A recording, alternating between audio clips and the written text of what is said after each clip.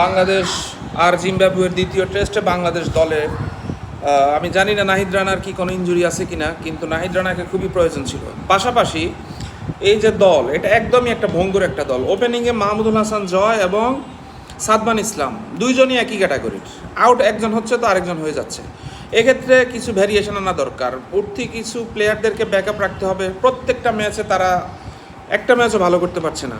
এক্ষেত্রে বাংলাদেশের মানে আতঙ্ক করা যায় এমন কোনো প্লেয়ার খুঁজে পাওয়া যাচ্ছে না। একটা দলের একটা প্লেয়ারকে যেমন ভয় লাগার মতো ছিল, যেমন মুশফিকুর রহিমও সেই ছন্দে নাই।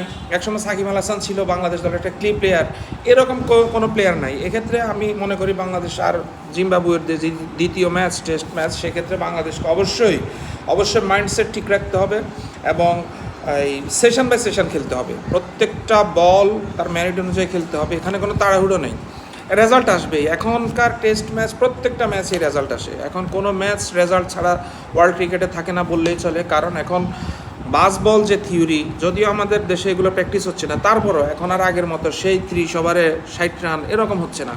এখন 30 ওভারের একটা সেশনে অন্তত 110-120 রান হয়ে যাচ্ছে, বা মিনিমাম 100 রান হচ্ছে। তো সেক্ষেত্রে বাংলাদেশ সেশন বাই সেশন যদি খেলে এবং বলের ম্যারিট অনুযায়ী যদি খেলতে পারে, সেক্ষেত্রে টার্গেট করতে হবে মিনিমাম 400 রানের একটা টার্গেট রাখতেই হবে। আর বাংলাদেশের মূল সমস্যা হচ্ছে বাংলাদেশ একজন আউট হলে বাংলাদেশ দলের শুরু হয় ঠুরঠুর করে যাওয়া, মানে মনের মধ্যে যে ও পারে নাই, মানে আরে বল কঠিন, আমিও পারবো না। কিন্তু এটা মাথার মধ্যে যদি নেয় যে আউট হয়েছে সে গেছে, আমার কোনো বিষয় না, সেক্ষেত্রে নতুনভাবে শুরু করলে কি গেল এদিকে তাকানোর দরকার নাই। টেস্ট ক্রিকেট, ওভারের কোনো চিন্তা নাই, স্বাভাবিক খেলা খেলে যেতে হবে। এক্ষেত্রে মুমিনুলের মতো প্লেয়ার যে দলে আছে সে দলে আর যদি তাকে যদি সাপোর্ট দিয়ে বা এরকম 2-3টা যদি পার্টনারশিপ করা যায়, বেশি লাগে না, 3টে পার্টনারশিপ যদি 70-80 রানের করা যায়, ওই দলের রান 200-তে গিয়ে 400-তে গিয়ে থামে। তো যাক, আমরা বাংলাদেশ আর জিম্বাবুয়ের দ্বিতীয় টেস্ট আশা করি একটা ভালো ম্যাচ দেখব। বাংলাদেশ এক্ষেত্রে জয় নিয়ে ফিরবে। এটা আমাদের আসলে একটা দুর্ভাগ্য, এটা একটা হতাশাজনক কথা যে বাংলাদেশ জিম্বাবুয়ের সাথে এখনও জয় নিয়ে এত কথা বলা লাগতেছে, এত ভাবা লাগতেছে।